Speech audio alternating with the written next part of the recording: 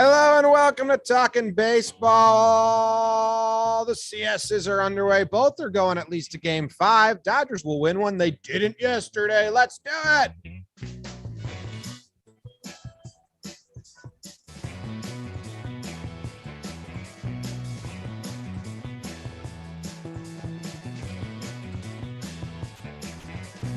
Hello and welcome to Talkin Baseball. We've got some games to discuss on this fine Sunday morning. Brought to you by DraftKings. My name is Jimmy. Got Jake here. Got Trev looking great. Got producer BBD with the green screen behind him. Jake living the two-dog life. How's everyone doing? How you doing, Jake? James, Trevor, Bug, dude. Everyone joining us live. The home edition. BBD from his home. Trevor Plouffe from his home. Me, Trevor's basement, and guarding Jimmy's moat at the same time. And Jimmy home. It's all about home field advantage these days. That's what people are talking about. That's the whole baseball conversation, basically. I'm doing well. Happy for the Braves sneaking one out in a funky game yesterday. And man, this Houston-Boston series seems like it's going to go deep and there's going to be a lot of offense and it's going to be wild. So I'm doing well, getting ready to live stream tonight. We took last night off. We'll be live streaming at 7:30 tonight's game. But I'm doing groovy, Chuvy. How are you? What? I think he called you Chuvy. Yeah, I'm not sure if that's me. I do want to make one suggestion to old Jakey boy. Bottom left-hand corner, you got to change your mic. Yeah, I love you, but you are coming live from my basement. I'm keeping you down. What headphones are you using, Trev? Stop it, bro. Look, they're not show headphones. It doesn't matter. Sometimes you got to grind out victories. Do you understand that? How is there so much sunlight in my basement? That's what I'm trying to figure out right now. I don't get it. Okay, everyone's not laughing at my joke. There's dogs just fighting. So, Jim, if you want to tell us how you're doing, Poppy. There you go. Whatever. Sleepy. My allergies are horrible. I've been waking up to take care of the dogs in the morning, and then I just lay back in bed. And we said that we were going to be live on Zoom 11:20 our time. I'm not going to be able to sleep in once this baby comes. I slept till 11:15. My allergies are horrible. My face is puffy. I bought some depuffer cream because I saw Trev using that in the office, and I was like, I'm going to try this.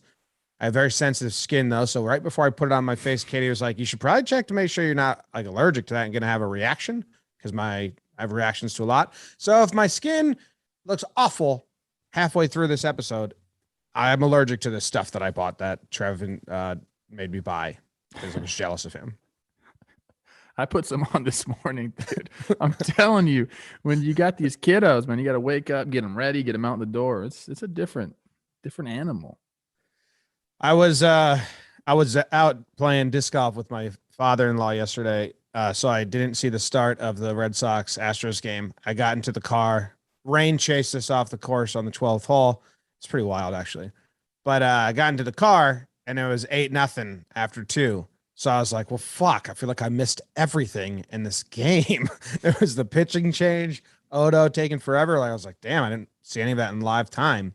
So I went back and watched a little bit, but I'll ask you guys like what it was like, I guess, at that point. And then the night game was awesome. I thought. Yeah, I did have it on as a background task because Katie and her dad were watching a lot of like movies. So I sat on my laptop with no sound. So I wasn't like truly immersed into it, but I was following along and watching it. It's a little bit different when you do that. It's kind of like you're spying on a game rather than being part of it. Okay. It was a great game last night. Couple mistakes late for the Dodgers, missed chances, and then Young Thick has just been showing out. So I'm excited to talk about that one. The morning game or the day game, not so great. Interestingly enough, even up 9-0, I believe at one point the Red Sox were, the Astros still like had some chances to like really get back in the game. And that can't be a great feeling if you're a Red Sox fan. I know like the Astros pitching is all screwed up right now and things are looking good for you, but you got to know that 5 runs in any given day is not going to be enough against this Astros team. So that's a little scary for them. They are in the driver's seat 100% in this series though. Has the text to Odo been sent yet? Okay. What am I Okay. going to text him about? Head shake, no. Just be like, dude, you left it all out there. You know, you're gonna have another opportunity in this series. I'm Chuvy Plouffe. I will say this: he went 4 innings. He gave the grand slam, but like he did what they needed him to do. Yeah. He ate a bulk of the innings up, saved the bullpen. The bullpen looked good. And like I just said this, you know, the Astros pitching is all screwed up right now. But I think it's not like a foregone conclusion whatsoever that the Red Sox are now just going to run away with this thing. I think a lot of people are saying that and feeling that way. I don't see it. What did you feel yesterday if you're able to go back and be honest with yourself? Jake said 85%. I said 65%. That game 1 win was big for the Astros. It was a big win for the Astros for sure, but I mean, so do you because I'm like, about this is the series over? The series. Yeah. You we think all it's- had the Astros. Anyway, Jake says 85% Red Sox are going to win now. Is that what you're asking me? he said 85 Astros yesterday. Before or after that game? Before. Yeah, I mean, I wasn't that high. I don't think just because the McCullers injury, and then you have who was it? The one out, Garcia went out, right? Yeah. That's huge in a 7-game series to lose 2 guys that can eat up innings. Odo, looked okay yesterday, and he's another guy they're gonna have to lean on to do that. I wouldn't have said 85% Astros going into game 2. I probably would have said still 50-50 because game 1 in a 7-game series, I don't know how much it necessarily means. There's probably some statistics that I don't know about right now, but it's a long series and both these teams can hit. And I think that's what's stopping me from picking either team right now. I mean, they both offenses are so damn good. Kike hitting like Babe Ruth up there. He's hitting like T. Plouffe summer of 2012. Ooh. Can't just get him out right now. So I still will I'll put this at 60-40 Boston right now. Yeah, I was going to say, I think I'm 65 the other way now. That's what I was going to, I think I was like, who the hell are the Astros going to pitch? And I said, I was worried that I was like, if Garcia has a bad game and now you don't get any distance out of Framber and Garcia. Yeah. Like that's pretty tough. Like they're lined up. Urquidy's throwing Kitty and then maybe Greinke.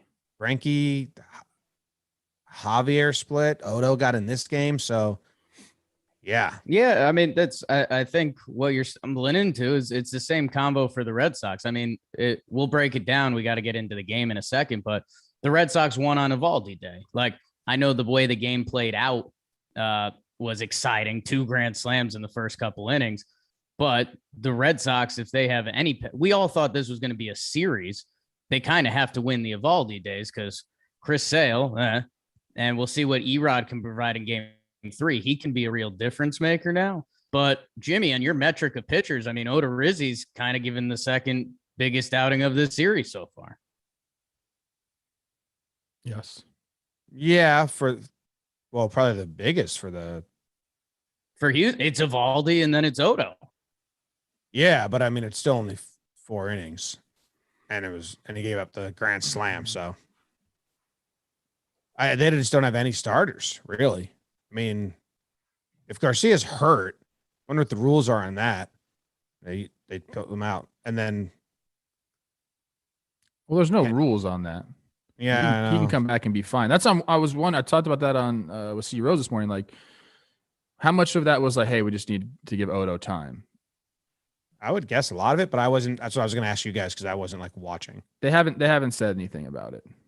The injury part, we don't know. I definitely think the way the pace of the game, Dusty went to Odo and said, take your time and do your routine.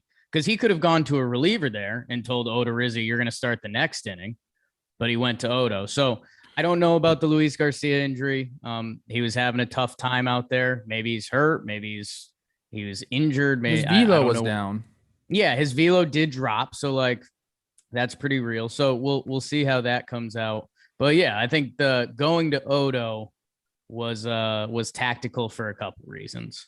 Yeah, you sit Eovaldi on the bench for, I mean, how long did Odo take right there? 15 minutes or something?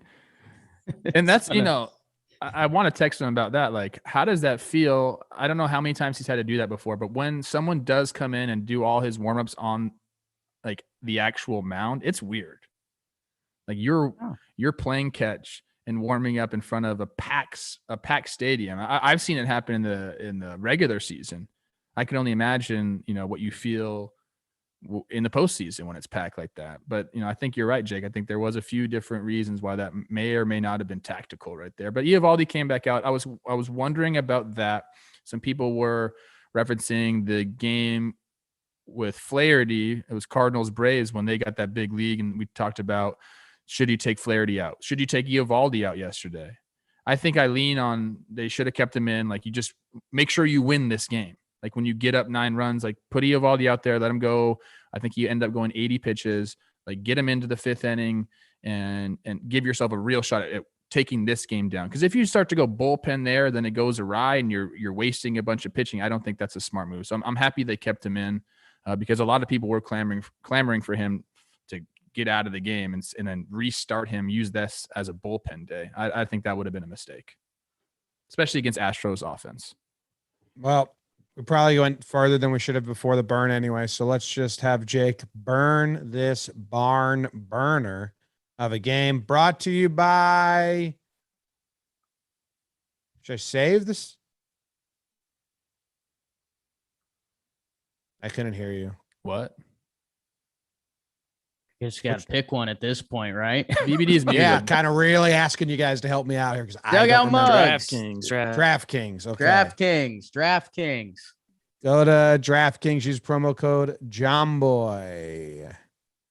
What do they Bet on got? the games. Bet on the overs. Mm. Has both overs hit now in the AL?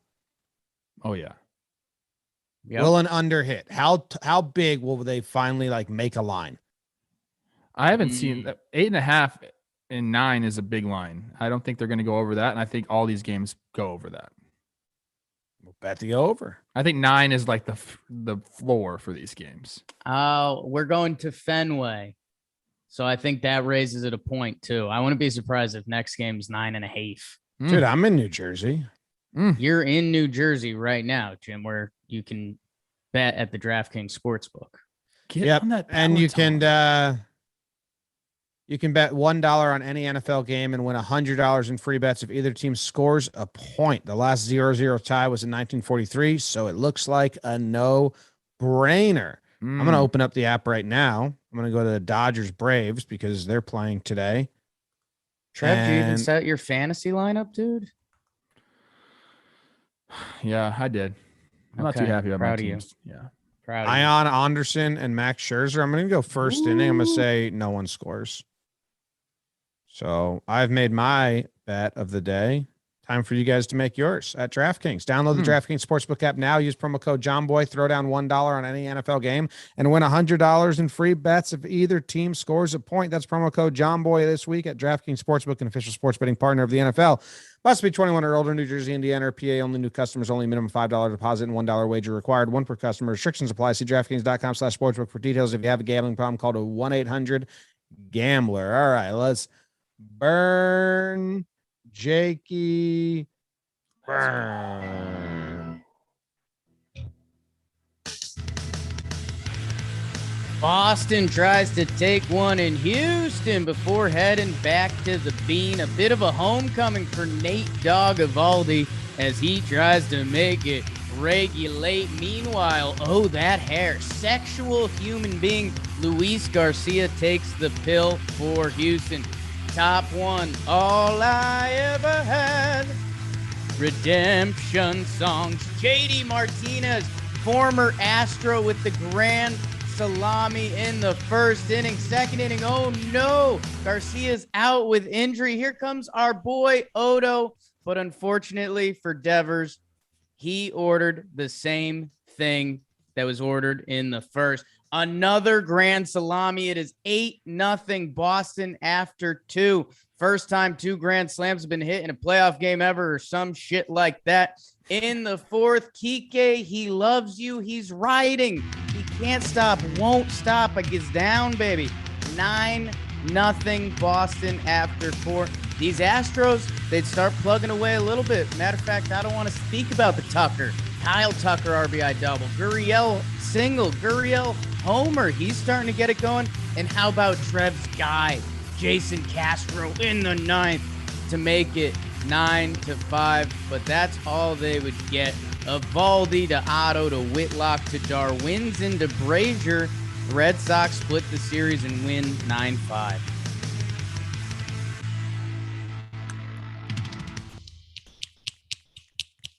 Nice job, Jakey.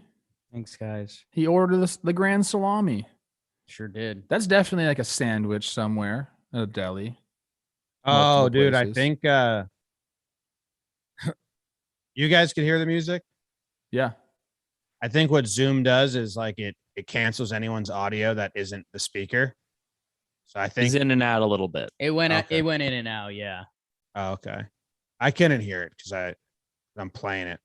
So it's just me and Jake in there. We're working through this, guys. Sunday morning right now. We're doing it. I haven't even taken a sip of my coffee yet. Good. Well, you better do it because in 4 minutes it's going to be the afternoon there, and you Don't can't get have the coffee on my white hoodie. Be careful. I will be careful. All right. Well, Red Sox can hit. I thought the Astros crowd was pretty cool. Down 6 in like the 8th inning, and they were still so excited and into it. Yeah, this series is not over, man. A lot of people are putting the Astros to bed. Don't do that. Don't you dare do that. I'm telling you right now. The Astros have a ton of fight left in them. I still believe in them. Jake, me and Jimmy are about 60-40. Where are you at with this series? I think it's 60-40 Astros still. I mean, Garcia goes down, and we still have to find out about him. I think Odorizzi was going to be a factor in this series. Now he might know what factor he's going to be. I think he's probably going to draw a start, and it's of a lot of the pitchers remaining in this series. I got no qualms with Odorizzi. Both these teams mash. I mean, we're going to see a lot of 9-6, 9-5 type finals. And this Houston team has just done it so much. Like I don't know. We're going to Boston. I'm sure the crowd up there and those guys are going to be crazy.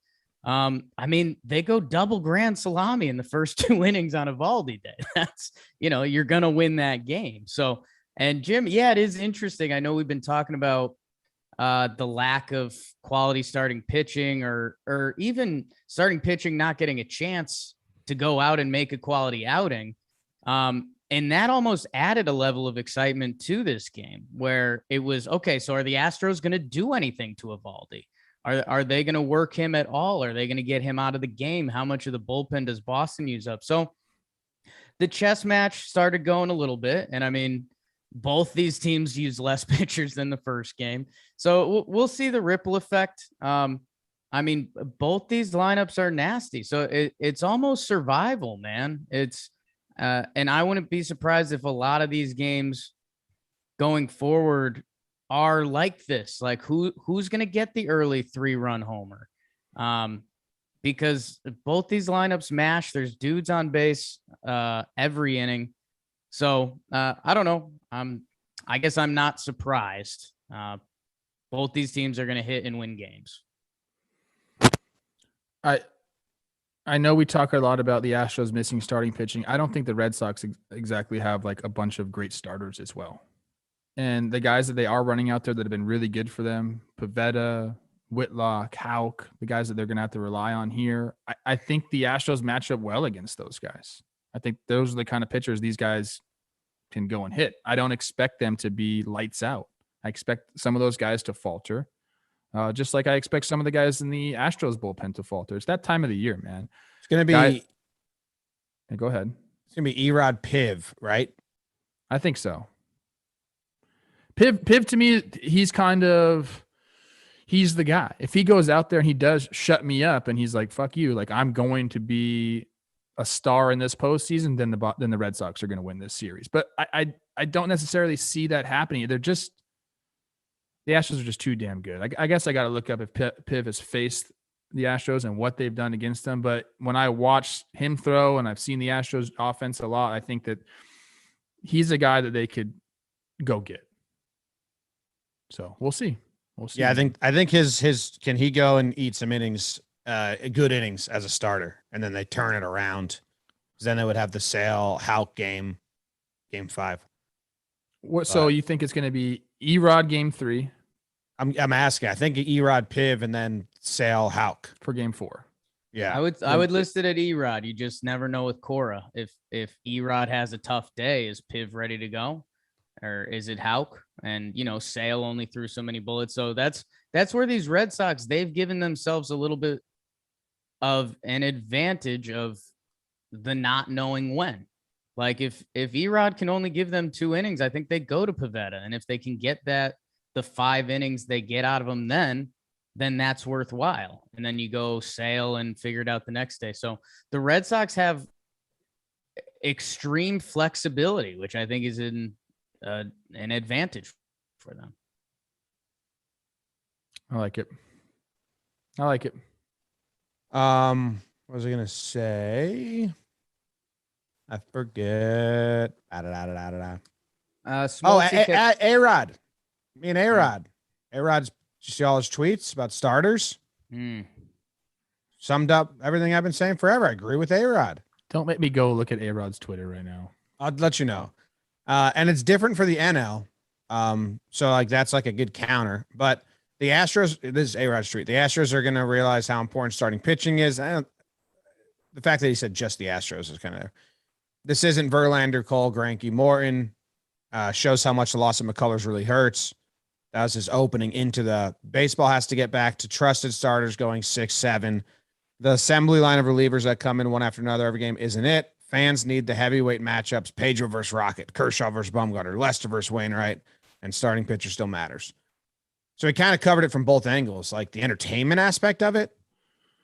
And it still has been last couple of years proven to be a better formula to have guys that can go deep in an inning. So I was like, hey, me and A-Rod agree. But yeah, I did see that tweet. A lot of people are pointing out that those guys were never in the same rotation at all, but I don't know if that's exactly what I don't think that's what he's saying. I just think like those are all heavy. I will say this. I think 5 guys.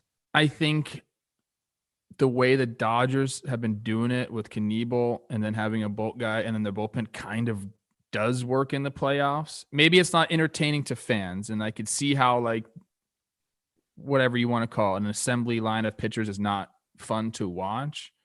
But these guys don't care about that. Dude, they're trying to win baseball games right now. No, it's not on the teams. It's on the league somehow to try and get it back that way in a not like shitty rule, which is a tough concept. But in the NL, it has been working because the offenses are not the Astros and the Red Sox. I think if the Red Sox took that approach, and they might, because Cora is a guy that doesn't have to have a set plan, like he can go off script a little bit. I think if they end up doing that, like maybe this game going, game 3 going like an opener, and then bringing Erod in to eat up some bulk, and then going to the back end of his bullpen, I think the Dodgers have proven it's a pretty good way to approach things right now.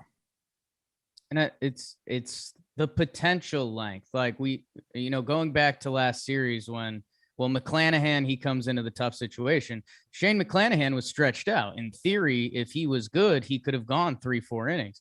You can look at those Pivetta outings when Pivetta goes 4 clean. If he was getting hit around in 2.1 innings, they would have pulled him. So Cora has that ability that it's kind of the playoff starting pitcher just in multiple areas that if he needs to yank you, he can. Because, we haven't really we saw Martin Perez come in for an inning, but he's got bullets in the chamber if you need him. Pivetta, Hawk, if one of those guys is on, he can almost get his starting pitcher performance on a given night. But yeah, it's really weird. I mean, you know, we talked about it, and we'll see if we become a CBA pod again. Like crazy ideas of you start with a DH, but when you pull your starting pitcher, you lose them. Like you wonder if baseball has to get to a point where they think about strategy that crazy. Because you're right. I mean, when the Dodgers pull a Knievel, Brewstar, Urias day, that's a winning formula. Yes. But I think we got to get back in this game a little bit. JD Martinez and Devers and Kike are good. Yes. Kike's crazy. The best ever. He's going off. He's at the point now where you have to approach him like he's Barry Bonds. You can't pitch to the guy if there's an open base and runners on right now. You can attack him with nobody on. Maybe try to nibble a little bit there. But you can't just keep pitching to this guy. He's too locked in. And there, you know, when a hitter gets locked in like that, there doesn't matter who's on the mound. Doesn't matter the situation. The ball just looks big. Everything's slowed down. Like he's just at that point right now. So this is I'm interested to see. And I keep, you know, I have to repeat myself a lot. So I said this on Baseball Today with C Rose. I wouldn't be shocked if we saw a little chin music today to old Kike. And I don't like that. Like, you know, I've talked about that a lot, but I'm not making the decisions. Someone with the Astros, I guess it's not today, but tomorrow, probably going to buzz him if I had to guess. Ooh. Yeah. All right. Just the old adage, like he's too comfortable up there. Yeah. Move his feet. We're not good enough. He's too good, so we got to hit him. Bam. Yeah. Wait, hold on. Last thing about A-Rod, because you brought him up. He also said that Carlos Correa is the LeBron James of baseball. Confirmed. What? Dude, I mean, what did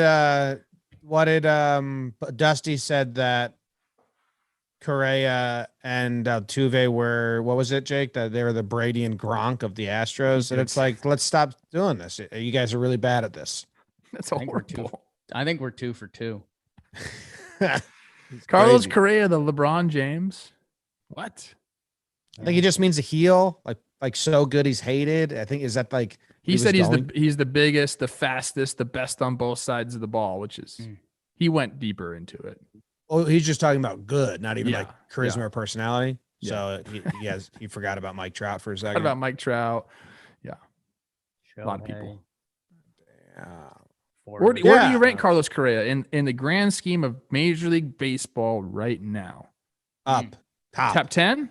No, I don't care about that. But he's top upper tier player. Sure, of course he is. There's an argument for top 10. Yeah.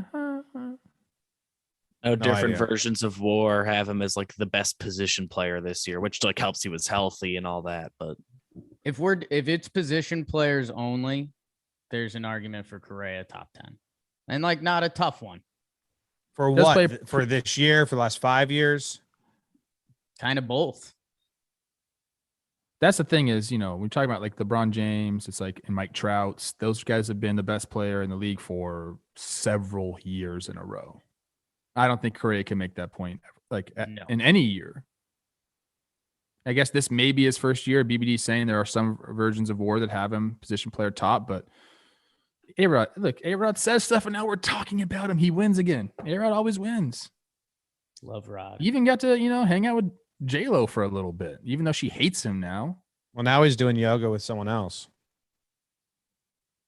I don't understand. Weird. What is A-Rod doing that I'm not doing? I don't know. I'm good. Pass. Oh, he's just way better at baseball than me? Pass. No. Oh, okay.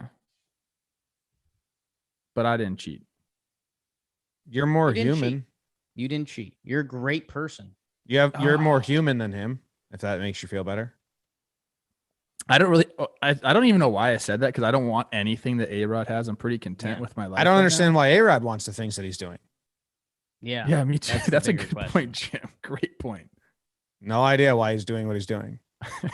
Eyes on him. Yeah, egotistical. That's basically it.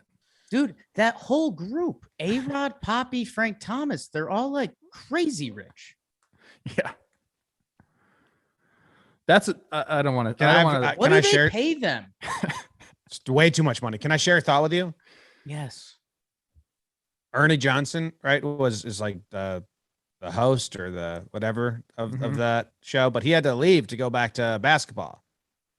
How much do you think him and the producers just joke around like, yeah, well, they're trying to do what we do here, basketball, yeah. but it's fucking awful. like Yeah, he's 'cause back they're- with like Shaq and Chuck, and they're just roasting Poppy and A-Rod nonstop. 100% they're talking about that behind the scenes because that is entertaining the way they do it with the NBA. Like those guys are just hilarious.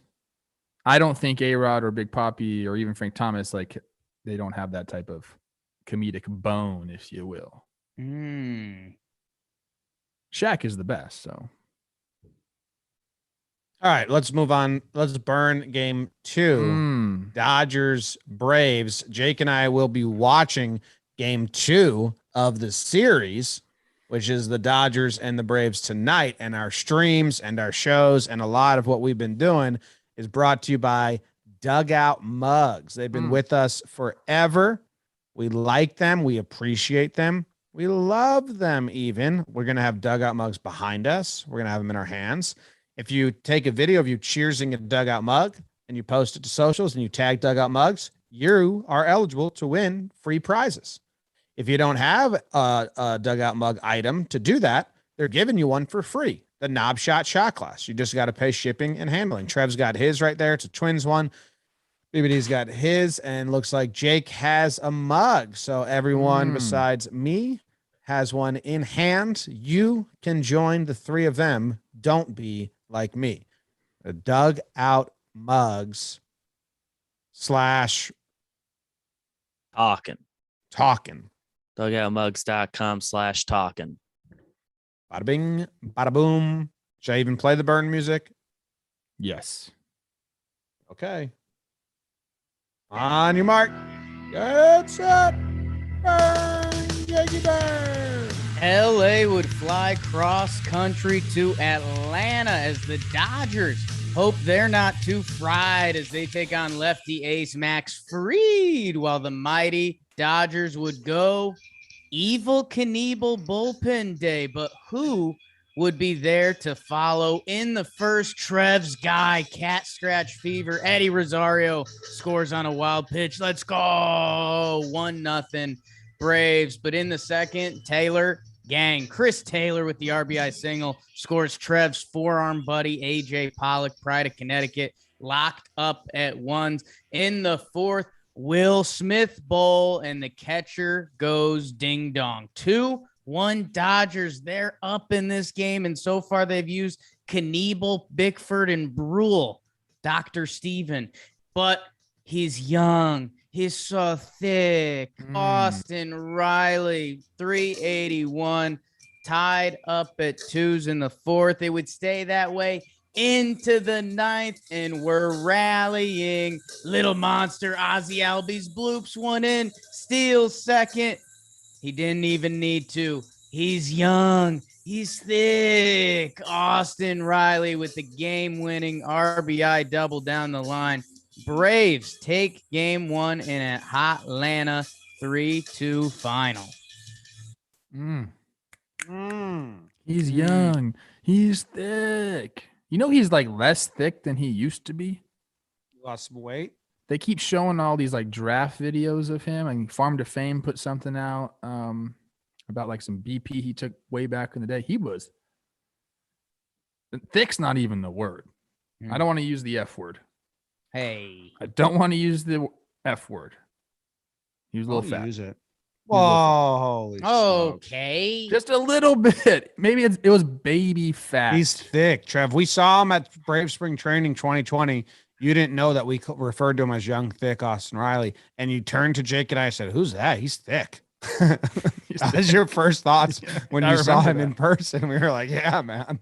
He was like the only one by the cage when we were like trying to figure out what was going on. Right? We were in Clearwater. Yeah. Him and then the little monster was there, and that's when we started calling him that because we saw him take BP, and it's just like a a little monster. How lucky are the Braves to have that guy on the deal that they have him on? Obviously, Acuna on the deal that he's on. I mean, okay. And there's something to be said that it's true with baseball, and it kind of sucks. Austin Riley had this massive season. I mean, the Braves fans are chanting MVP, and he's probably going to finish top 5 or something like that. But we still don't see him in that light, because when we think of this Braves team, we still think of, Acuna, Albies. I mean, it was Ozuna above him, Freddie Freeman. They're like, we still don't treat Austin Riley like kind of the dude he's been this year. And now that he's doing it in the playoffs, you have to. I mean, the home run, the game-winning double, hitting cleanup, playing third base after this monster season, like, he's a bona fide stud, and it's awesome to watch. And yeah, I mean, I know Braves fans probably don't want us to start daydreaming for next year, but when you put it all in the pot, man, this franchise is loaded.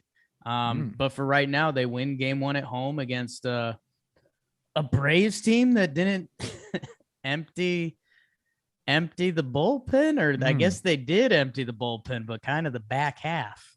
Okay. You said pot and loaded in one sentence. I like that.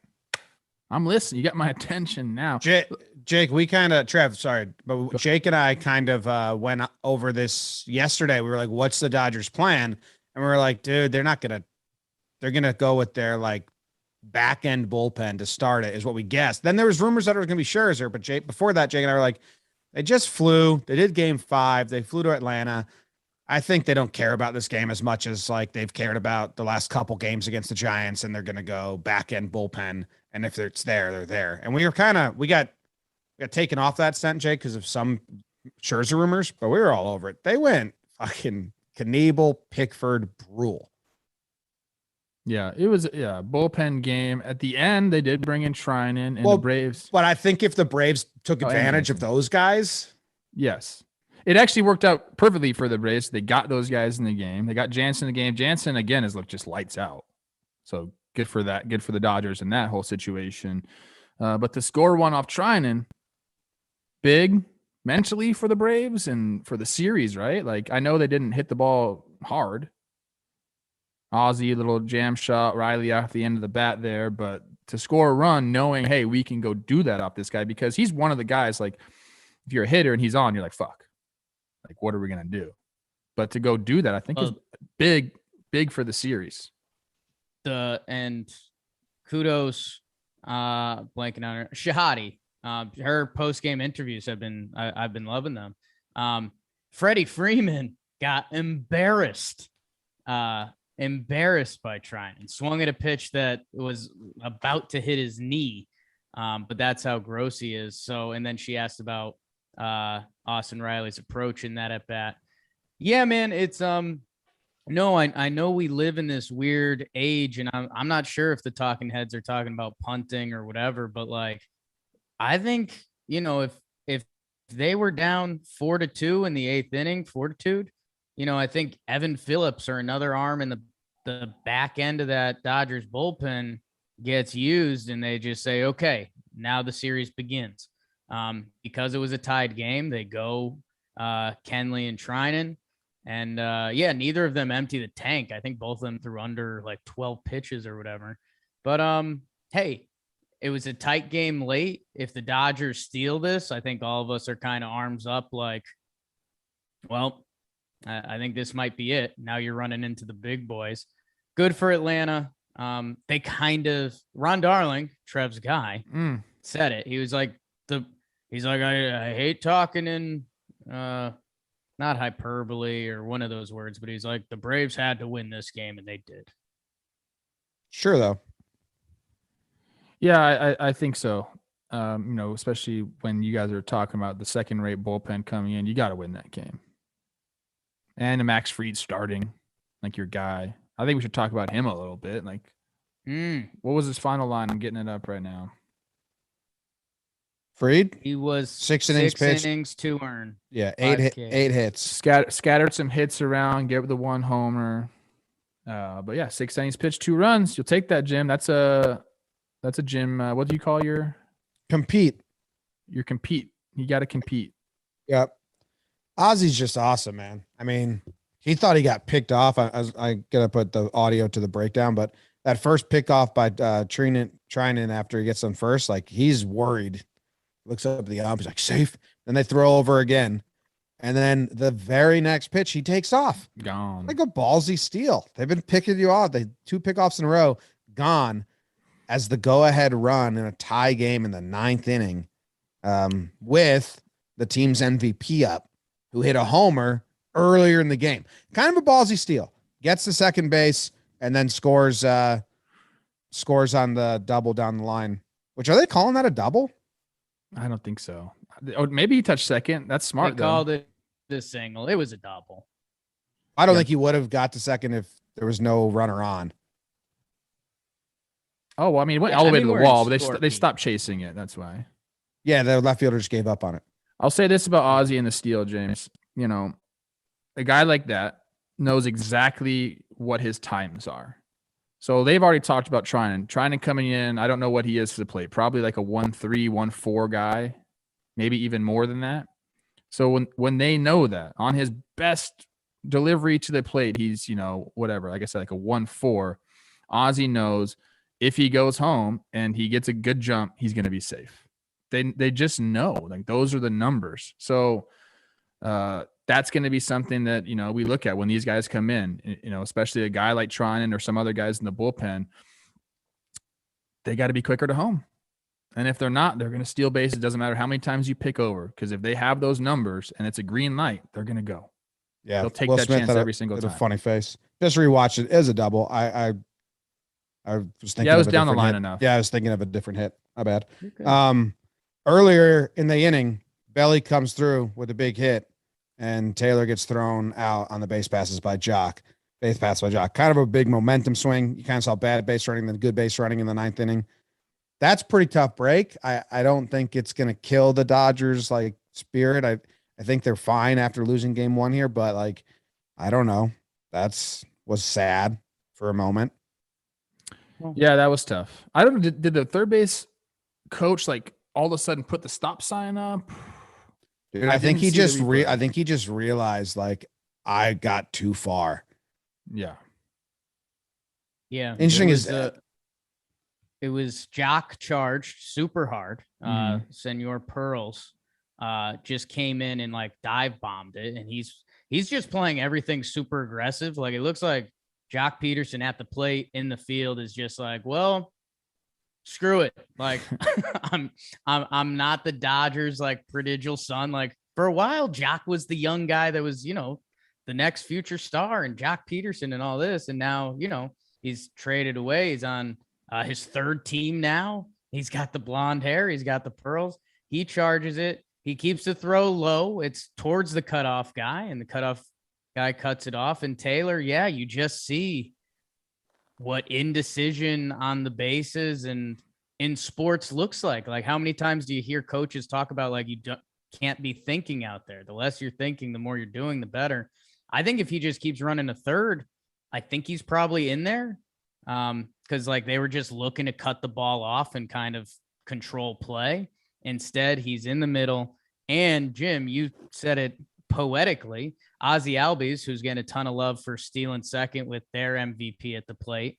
If Chris Taylor either stops at second or keeps going to third, you just can't get stopped in the middle. Mookie Betts is up.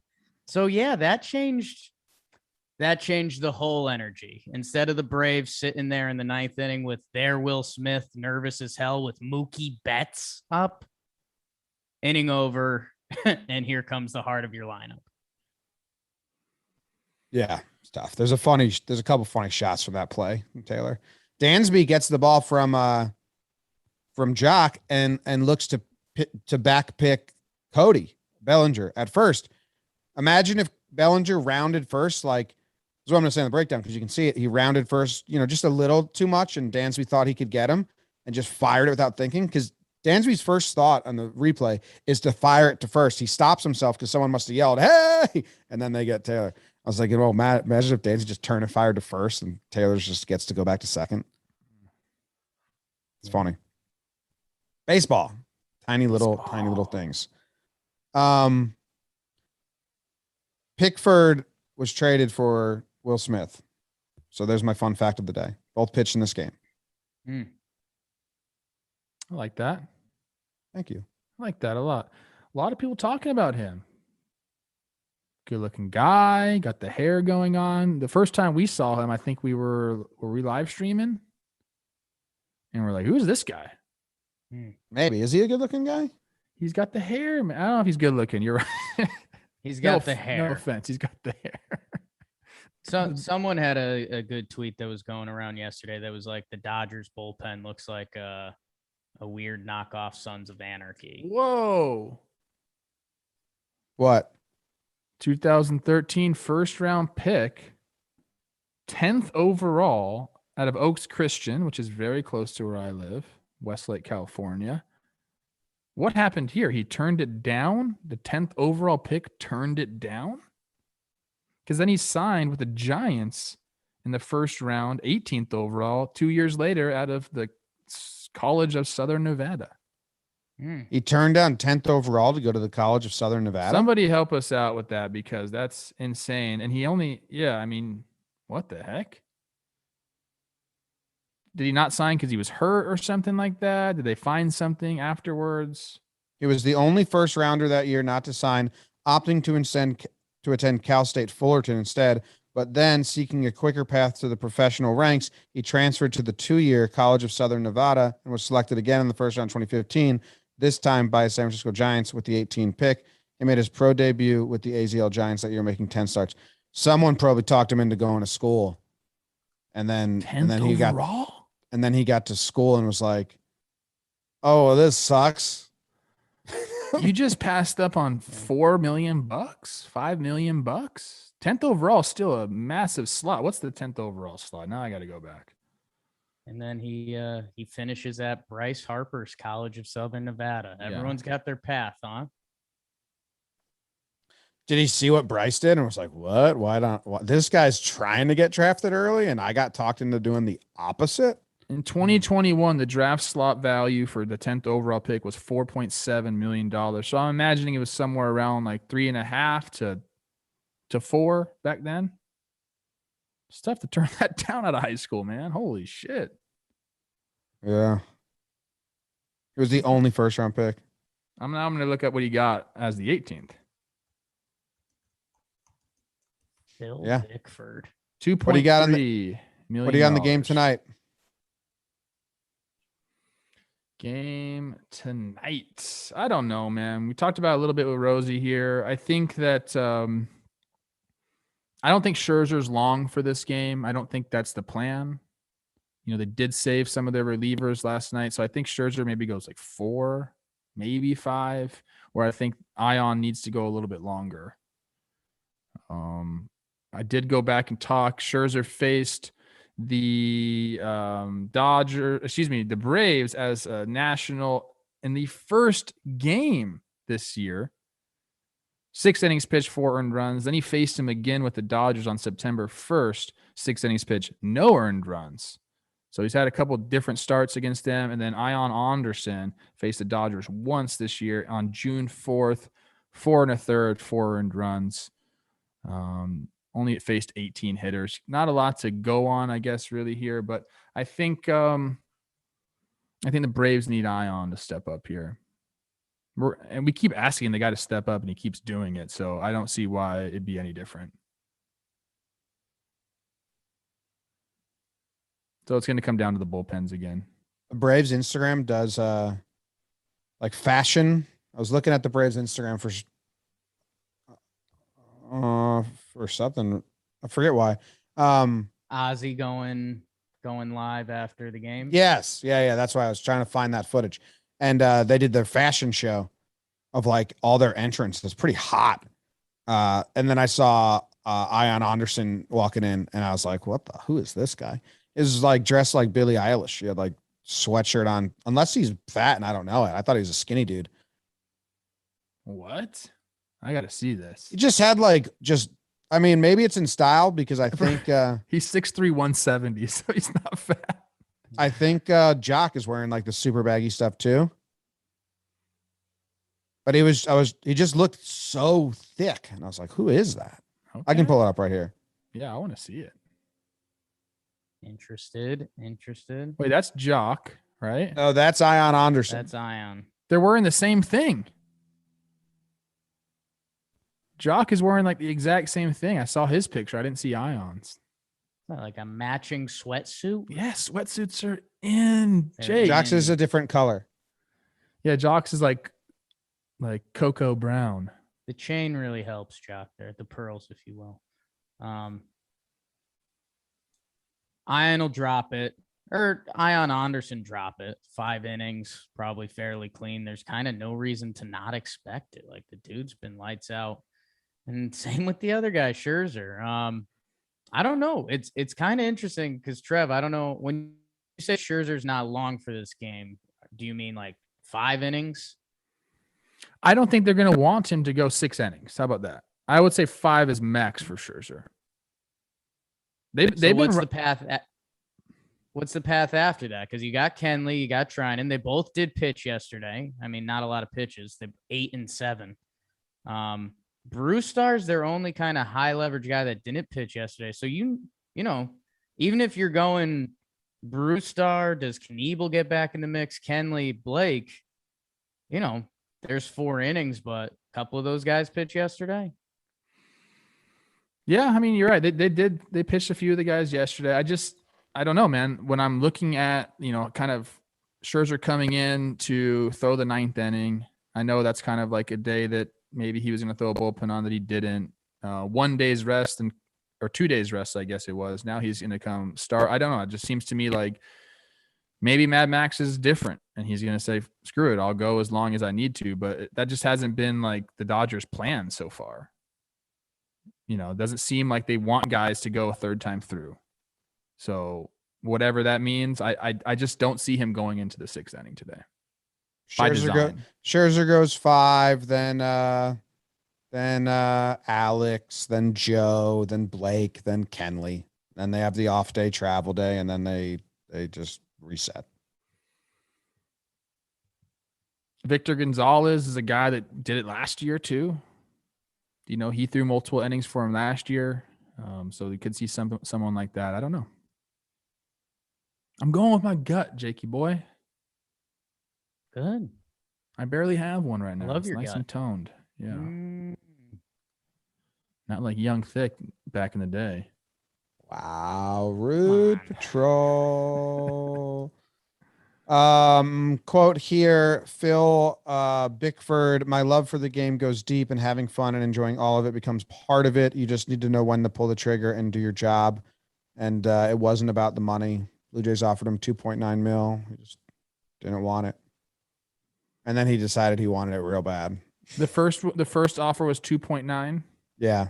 So under slot. So then he ended up getting, I said it. What did he end up getting? He got 2.3. So, interesting decision. Holy, he must come from a loaded family. Oaks Christian's a very expensive school. Westlake, a prominent area out here. His family's probably loaded. Because let me tell you something. Not many people are turning that down. I mean, I don't 99.9% of people are taking that. I think so. Yeah. Is Phil Bickford's family loaded? Google. Maybe he was in love. His high school sweetheart was going to Fullerton as well.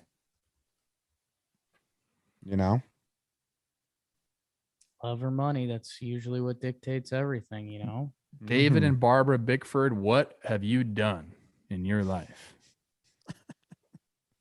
Now we're really into it, huh? You let us know. We You let need us to know, man.